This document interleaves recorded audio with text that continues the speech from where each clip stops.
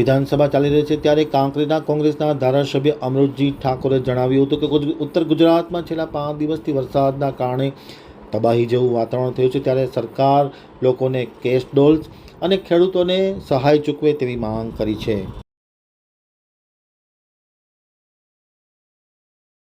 પ્રશ્નોત્તરી પૂર્ણ થયા બાદ પોઈન્ટ ઓફ ઇન્ફોર્મેશનના માધ્યમથી બનાસકાંઠા જિલ્લામાં છેલ્લા 5 દિવસથી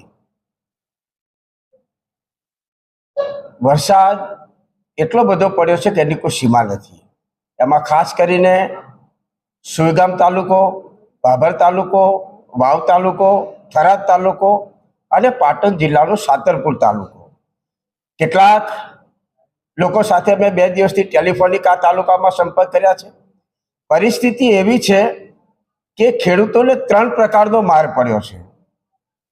અતિશય વરસાદ પડવાના કારણે ખેતરોમાં પાણી ભરાઈ જવાથી પાક નિષ્ફળ થયો છે. ગામોમાં પાણી ઘૂસી જવાના કારણે ઘરવખરી પલળી ગઈ છે, અનાજ કરિયાણું પલળી ગયું છે. કેટલાક ગામો અત્યારે હાલમાં પણ સંપર્ક વિહોણા છે. ત્યારે વિધાનસભાની અંદર સરકાર સમક્ષ અમે માગણી મૂકી છે કે છેલ્લા 4-4, 5-5 દિવસથી આ તાલુકાની પરિસ્થિતિ એવી છે, તમે વિડીયો જુઓ લોકોના તો તમારું પોતાનું હૃદય દ્રવી ઉઠે. મીડિયા પણ વારંવાર ટીવી મીડિયાના માધ્યમથી ત્યાંના દ્રશ્યો પણ લાઈવ કરી રહી છે. ત્યારે ગઈકાલે પણ પ્રશ્નોત્તરી દરમિયાન મેં પ્રશ્ન ઉપસ્થિત કર્યો હતો, ત્યારે એવું કહેવામાં આવ્યું કે સ્કોપ બારનો પ્રશ્ન છે. માનનીય મંત્રીશ્રી પ્રશ્ન દરમિયાન અધ્યક્ષશ્રી સાથે વાત કરી અને થરાદની મુલાકાત વરસાદના હિસાબે લીધી છે એવું ધ્યાન દોરતા હોય ત્યારે નૈતિકતાના ભાગરૂપે મેં પણ સરકારનું ગઈકાલે ધ્યાન દોર્યું. ત્યારે સ્કોપની વાત પ્રશ્ન છે એવું કહી અને વાતને ટાળી દીધી. આજે પણ અમે ગૃહની અંદર વાત કરી છે કે ભાઈ ખેડૂતોનો સર્વે કરાવો, ત્યારની વાત ત્યારે છે, પણ ખેડૂતોની જે ઘરવખરી પલળી ગઈ છે, ખેડૂતોનું જે અનાજ કરિયાણું પલળી ગયું છે, તો તાત્કાલિક ખેડૂતોને, ગામ લોકોને કેશ ડોલ ચૂકવવામાં આવે. સાથે સાથે તાત્કાલિક ટીમ બનાવી અને ખેડૂતોના પાકનું સર્વે કરવામાં આવે અને સર્વે કર્યા પછી એને યોગ્ય પૂરતું વળતર ચૂકવવામાં આવે તેવી અમે આજે વાત રજૂ કરી છે. હજુ સંપર્ક વિહોણા છે. 5-5, 6-6 ફૂટ ગામોમાં પાણી ભરાઈ ગયા છે.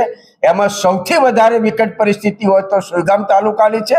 અત્યારે માત્ર સુઈગામ બોલે છે, પણ સુઈગામ તાલુકાના કેટલા ગામો અત્યારે સંપર્ક વિહોણા છે. હમણાં સવારે જ મેં એક ત્યાંના લોકલ ટીવી મીડિયાના માધ્યમથી મેં વિડીયો જોયો છે. તો એનડીઆરએફની ટીમ સુઈગામ પહોંચી છે અને એ જે બોટ હતી એ બોટ એમને એમ પડી રહે છે. ત્યાં પૂછે છે લોકો કે ભાઈ આ બોટ પડી રહી છે તો તમે તાત્કાલિક લોકોને બહાર કાઢવાનું કામ કરો. તો એનડીઆરએફ ટીમના જે કર્મચારીઓ એવું કહે છે કે તેલ નથી, તેલ અમારા સાહેબ આવે ત્યારે અમે બોટમાં તેલ પૂરી અને આગળ બોટ લઈ જઈ શકીએ. વિચાર કરો કે તંત્ર શું કરી રહ્યું છે. મારો તો પ્રશ્ન સરકારને એટલો છે કે વારંવાર હવામાન વિભાગે આગાહી કરી હતી કે હાઈ એલર્ટ છે, બનાસકાંઠા હાઈ એલર્ટ છે, બનાસકાંઠા હાઈ એલર્ટ છે. આટલા પ્રમાણમાં તમે 12-15 ઇંચ વરસાદ એક દિવસમાં પડી જાય, છતાં સરકારે આગોતરું કોઈ આયોજન નથી કર્યું. સરકાર માત્ર ને માત્ર તાઇફાઓમાં વ્યસ્ત છે. સરકાર બીજું કોઈ કરવા માંગતી નથી. સરકાર હૃદય ઉપર પથ્થર મૂકીને બેઠી છે. ત્યારે ટીવી મીડિયાના માધ્યમથી સરકારને ફરીથી વિનંતી કરું છું કે તાત્કાલિક ધોરણે જે ગામો અતિશય આની અંદર પાણી ભરાઈ ગયું છે અને ઘરવખરી પલળી ગઈ છે, એ ગામોની અંદર તાત્કાલિક કેશ ડોલની સહાય ચૂકવવામાં આવે.